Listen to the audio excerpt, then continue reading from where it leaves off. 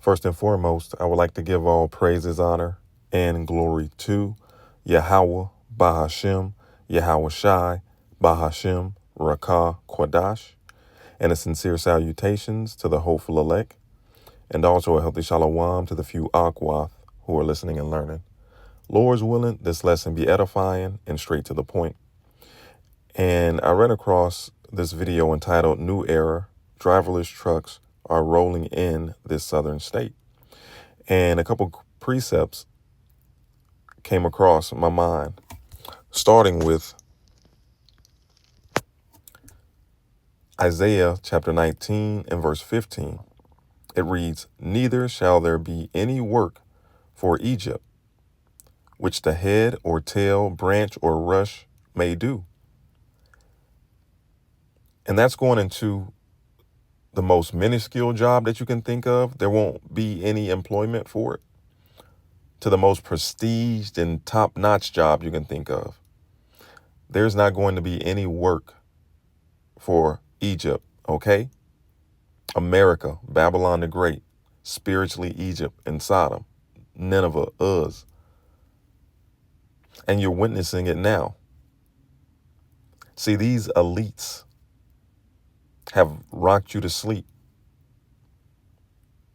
They've gradually gotten you people ready for this new system, this NWO, this new world order.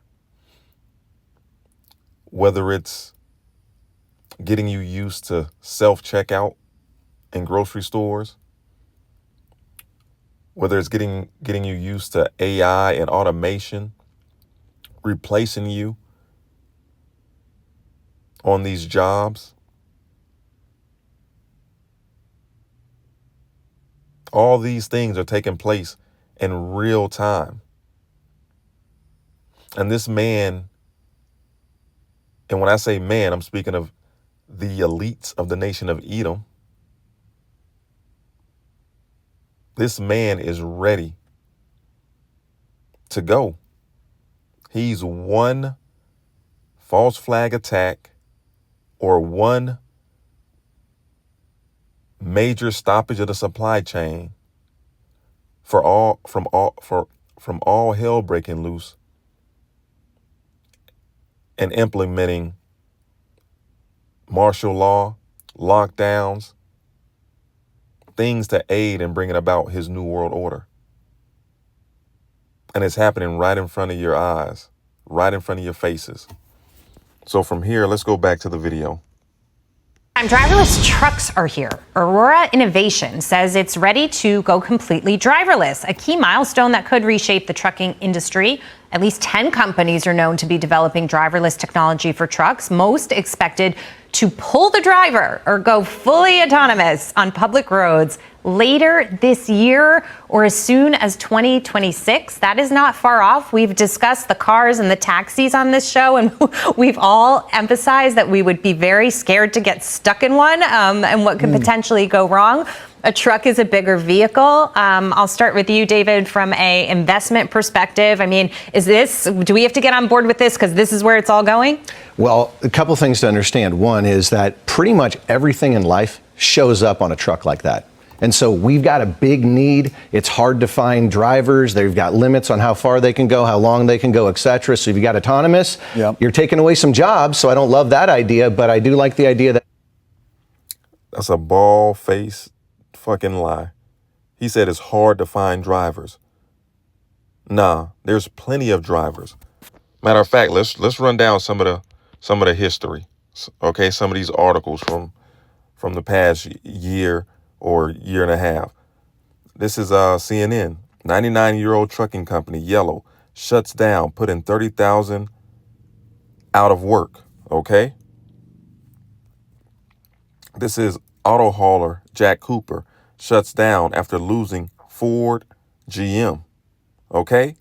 What does it say?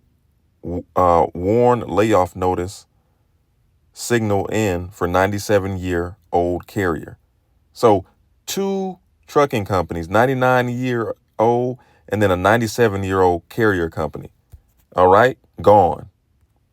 And this man's talking about it's hard to find workers. Okay. Let's get Texas Trucking Company brokerage file for Chapter 11 bankruptcy. Okay, so there's plenty drivers out there. This is a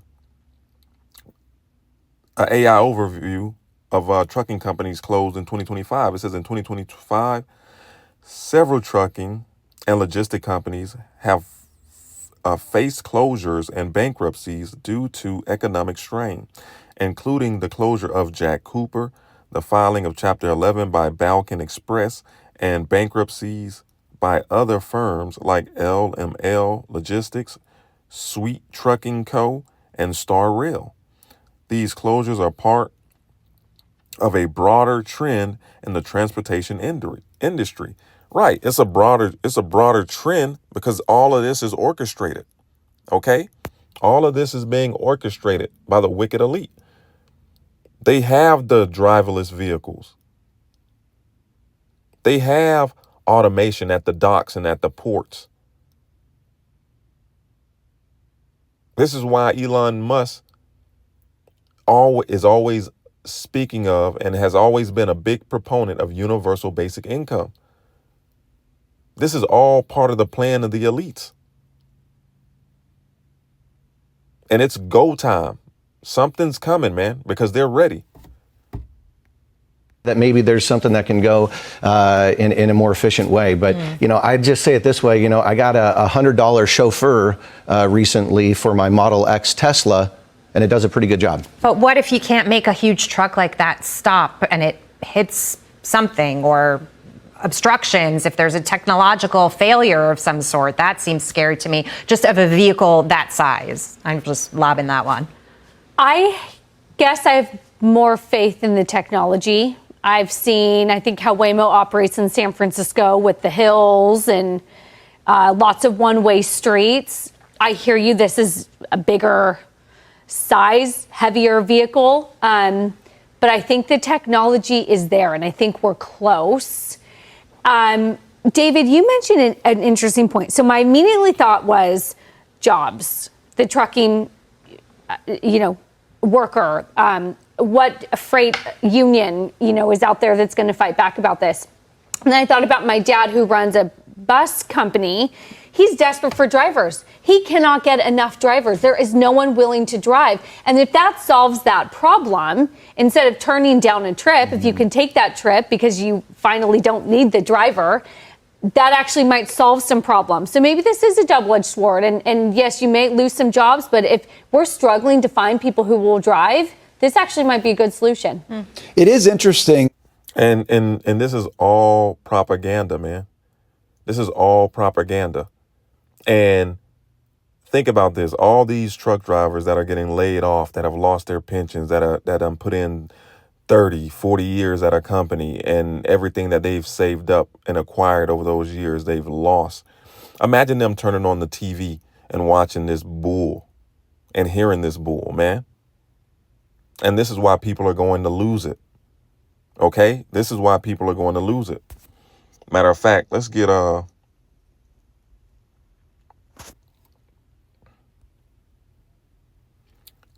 Ecclesiastes chapter 12, and we're going to start at verse 3.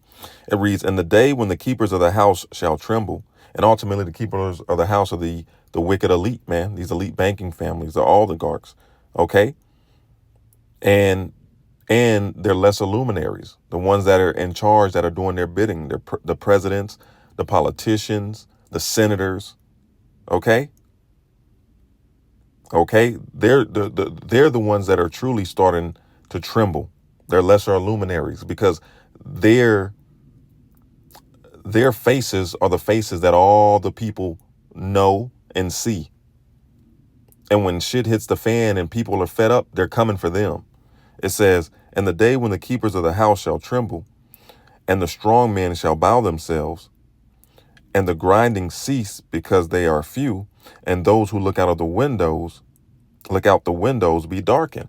Right. And people are looking out of the windows and seeing no future here in America, Babylon the Great, talking about going to a different country, talking about they don't see America being made great again. Even the MAGA supporters are through. They're giving up. All right? They're through.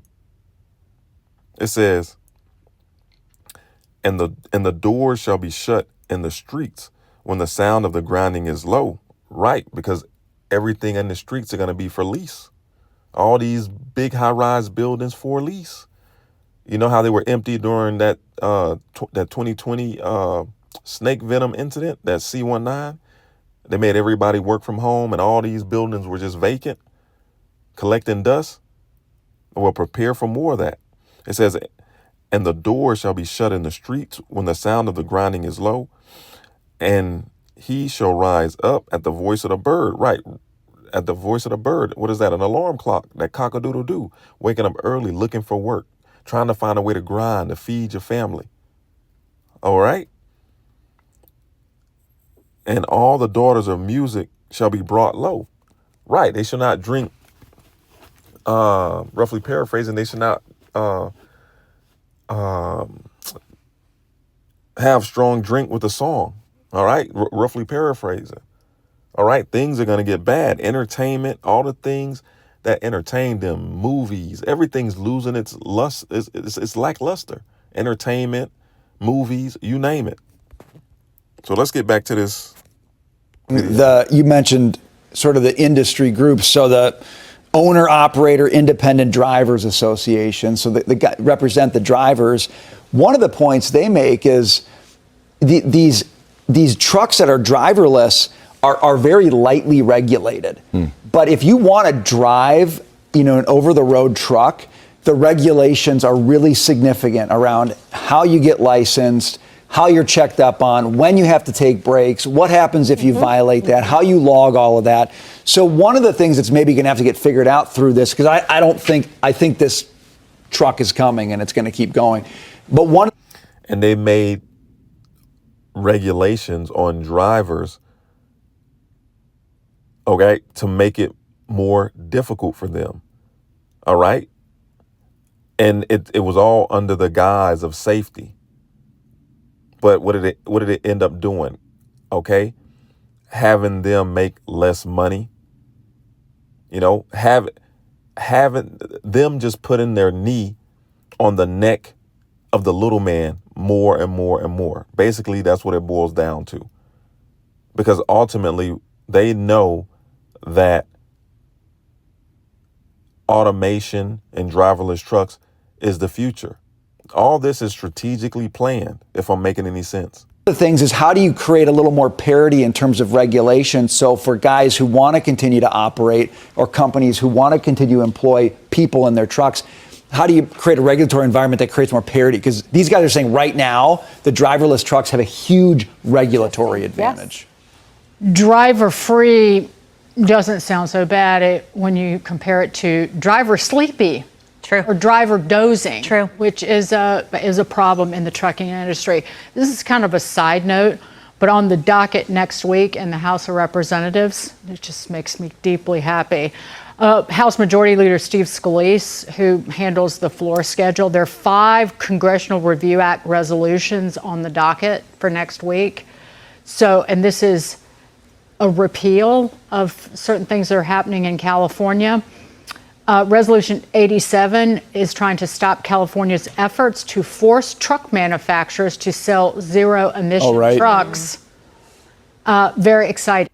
Yeah, so you see, it's all bull, man. It's all bull. And all your presidents, whether you're left or right, are in on it. So, like I said, this man is definitely getting ready to make a push for his new world order. But this is Job chapter 20 and verse 22. It reads, and this is going into this whole chapter is about the wicked, okay? So, and we know who the wicked is pertaining to Malachi 1 and 4, Esau, Edom, okay? The so-called self-proclaimed white man. So it says, Job chapter 20 and verse 22, and the fullness of his sufficiency, he shall be in straits. Right.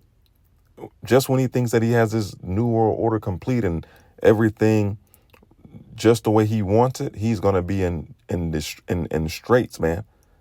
okay, a degree of difficulty, okay? He's going to be in distress, okay? It says, every hand of the wicked shall come upon him, right? Every hand of the wicked shall come upon him, all right? And we know that this chapter is talking about the wicked, so it's not talking about the wicked putting his hands on himself, all right? When you go into that word wicked, it's going into the laborers, man. Okay, all these people who have gotten screwed by putting their faith in, it says laborer, sufferer, okay? So all these people, all these truckers who done put in their 30, 40 years and then got laid off, and all these people who done got screwed, playing by the rules, they're going to turn on all the people in charge, and all hell is going to break loose, man, once these people lose it. Lord's willing, this was edifying. Shalom, Israel. Wa abad babal.